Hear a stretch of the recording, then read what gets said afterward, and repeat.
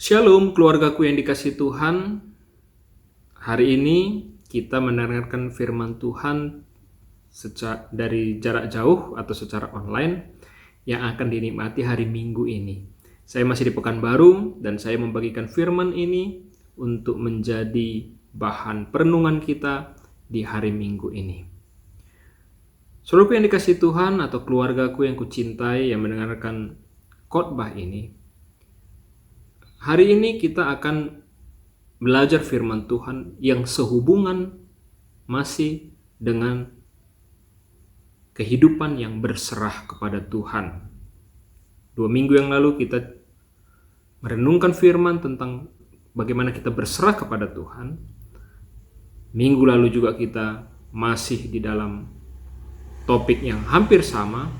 Dan minggu ini kita juga mau belajar tentang bagaimana keluarga Kristen atau orang Kristen yang hidupnya berserah kepada Tuhan,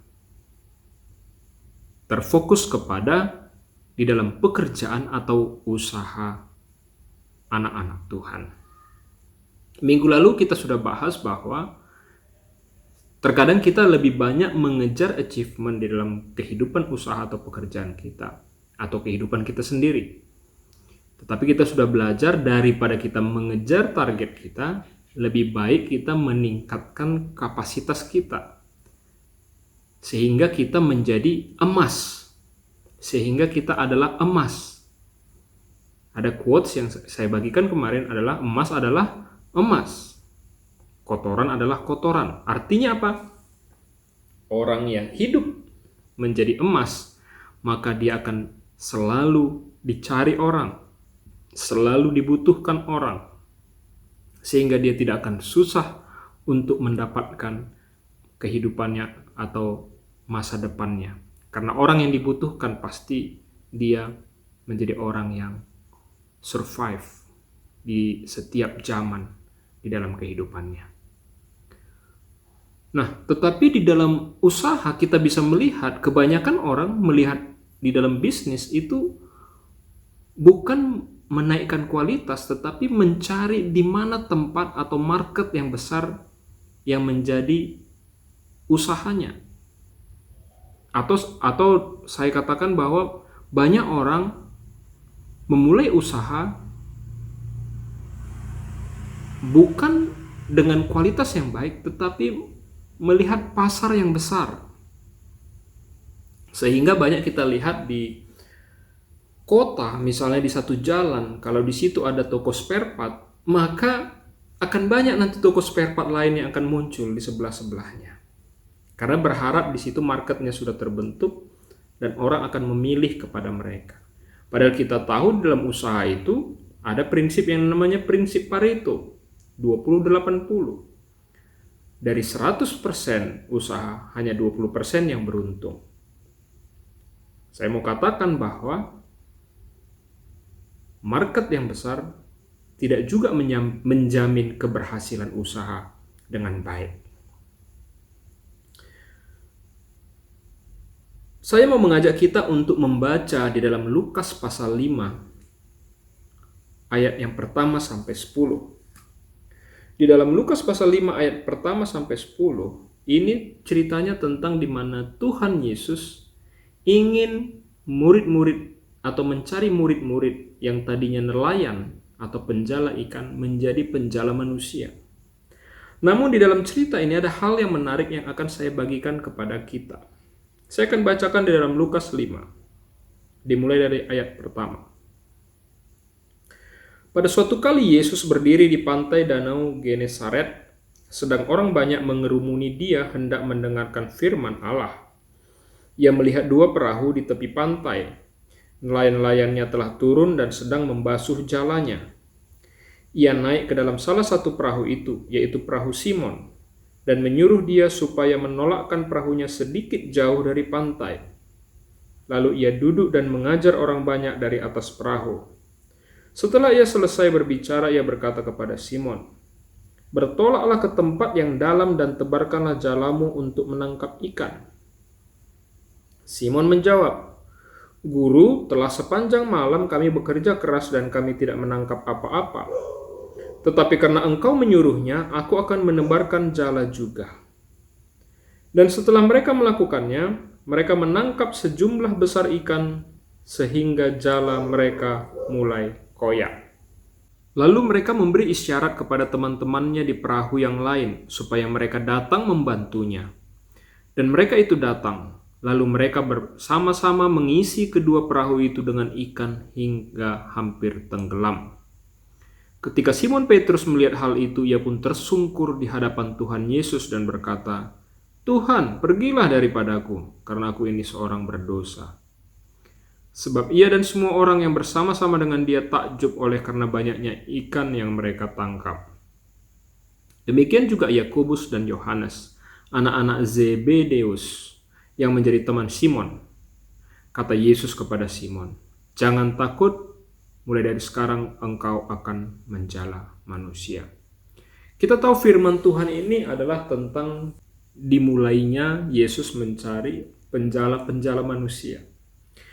Tetapi saya mau membagi kepada kita tentang satu hal di dalam firman yang baru kita baca ini, di mana tadinya para nelayan itu yang dipimpin oleh Simon Petrus sebenarnya sedang mengalami usaha atau bisnis yang lemah atau yang loyo. Sudah satu malam mereka mencari ikan tetapi tidak ada hasilnya. Mereka sedang dalam pergumulan di dalam usahanya. Namun, sewaktu Yesus mengatakan, "Pindahkan kapalmu ke tempat yang lebih dalam dan tebarkanlah jalamu," maka mereka melihat mujizat bahwa ikan-ikan tersebut banyak sekali, sampai 2 kapal itu tidak cukup. Apa yang bisa kita lihat di sana? Yang bisa saya lihat di situ adalah sesuai dengan firman yang kita baca. Suatu Petrus mendengar suara Yesus dan taat kepada Yesus, maka usaha yang dilakukannya itu berhasil. Saya mau katakan demikian, saudaraku yang dikasihi Tuhan.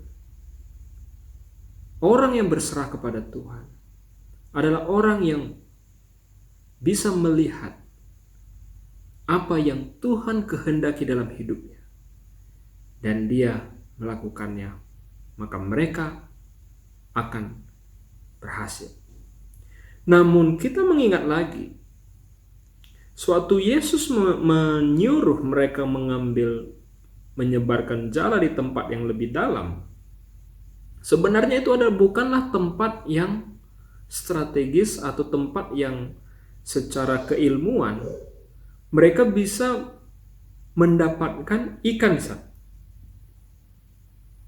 Saya mau katakan yang kedua adalah bahwa selain kita taat kepada Tuhan, suatu kita melakukan apa yang Tuhan minta untuk kita lakukan, maka kita bukan menjadi orang berhasil, tetapi Tuhan yang memberikan berkat itu kepada kita. Seperti mereka sampai 2 kapal penuh ikan mereka dapat. Padahal tempat itu bukan tempat banyak ikan. Jadi dari 2 hal ini kita bisa belajar. Orang yang berserah kepada Tuhan, dia taat apa yang Tuhan katakan, dan dia tidak berhasil. Namun Tuhan yang membuat dia berhasil. Namun Tuhan yang bekerja membuat dia berhasil. Orang yang taat melakukan apa yang diminta Tuhan, maka Tuhan yang bekerja sehingga sesuatu itu berhasil. Nah, untuk itu saya akan membagi kepada kita prinsip bekerja atau berusaha anak-anak Tuhan. Apa saja itu? Di sini saya catatkan yang pertama adalah berusaha atau bekerja bukan untuk mencapai apa yang kita inginkan, daging kita inginkan, tetapi supaya kita mendapatkan berkat. Apa bedanya keinginan kita dengan berkat? Keinginan kita itu tidak selamanya membuat kita diberkati. Oh, masa iya? Iya. Karena keinginan kita ini memuaskan keinginan daging. Tetapi berkat adalah kepuasan rohani. Sehingga orang tidak akan selalu mendapatkan kebahagiaan oleh sebab harta-harta yang dia miliki. Oleh sebab mengisi keinginan-keinginan dia. Bahkan firman Tuhan katakan, keinginan-keinginan kita akan membawa kita kepada maut. Jadi kalau kita berusaha bukan mencapai keinginan kita, tetapi kita minta kepada Tuhan supaya kita bahagia, supaya kita diberkati, supaya kita dapat damai sejahtera. Itu yang pertama. Yang kedua, yang menjadi goal bisnis atau goal pekerjaan di dalam anak-anak Tuhan itu bukan satu kesuksesan atau dua saja, tetapi banyak kesuksesan atau semua kesuksesan. Oh, maksudnya apa? Banyak perusahaan kita lihat besar, bonafit, asetnya banyak, ya, pemegang sahamnya kaya, CEO-nya kaya. Tapi kalau kita melihat lebih dalam lagi dalam usaha itu, ternyata mereka pengusaha yang terkenal dengan banyak kewajiban-kewajiban yang mereka tidak bayar, misalnya. Banyak kecurangan-kecurangan di dalam bisnisnya. Banyak penipuan-penipuan. Karyawannya mungkin juga tersiksa. Artinya, 1-2 kesuksesan aja yang mereka raih. Yang lainnya sebenarnya tidak sukses.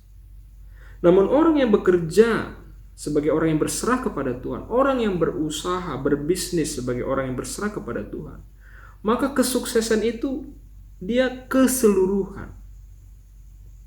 Bukan cuma sekedar pemilik usahanya saja kaya, bukan sekedar cuma pengurus usahanya saja kaya, tetapi semua orang yang kerja, shareholder yang ada di situ, semua orang yang stakeholder yang ada di situ, semua orang yang terlibat di dalam usaha itu, mereka merasakan sukacita. Karena saya pernah melihat juga ada sebuah perusahaan di mana CEO-nya itu gajinya mungkin 1 miliar sebulan. Tetapi ternyata perusahaan itu sedang menuju kepada kebangkrutan. Pemegang sahamnya menuju kepada kerugian yang besar. Artinya hanya satu yang sukses. CEO-nya sukses, tapi perusahaan itu semakin hancur.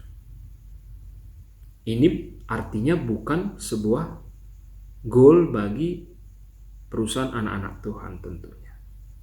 Yang ketiga, ada prinsip menabur dan menuai. Menabur kebaikan, maka akan menuai kebaikan. Saya sedikit bersaksi, baru-baru ini mendapatkan sebuah kerja di dalam perusahaan kita. Ternyata suatu kita teliti kenapa kita bisa mendapatkan kerja ini. Ternyata ada orang memberikan kerja ini atau peluang ini kepada kita karena mereka tahu kita ini dapat dipercaya. Karena mereka tahu perusahaan kita ini pernah menolong dia, sehingga dia mencarikan pekerjaan bagi kita. Jadi apapun yang kita lakukan, lakukanlah kebaikan. Suatu hari kita akan menuai kebaikan tersebut. Ada di dalam di medsos macan yang dia terkurung kepalanya, tertutup oleh sesuatu. Orang mau bantu macan itu, pengen dia bantu tapi takut karena begitu nanti dibuka topengnya atau dibuka nanti kepalanya, maka mereka takut akan diterkam oleh macan itu. Kalau usaha kita lakukan dengan ketidakbaikan, maka suatu hari semakin banyak orang yang tahu kekurangan kita.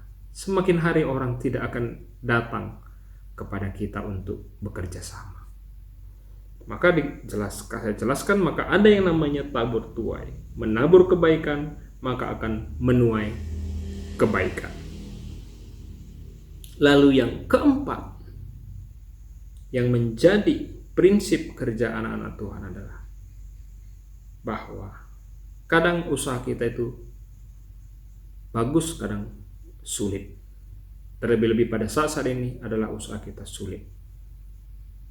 Tapi sebagai anak Tuhan, di tengah-tengah kesulitan ini, kita harus mampu mendengar suara Tuhan.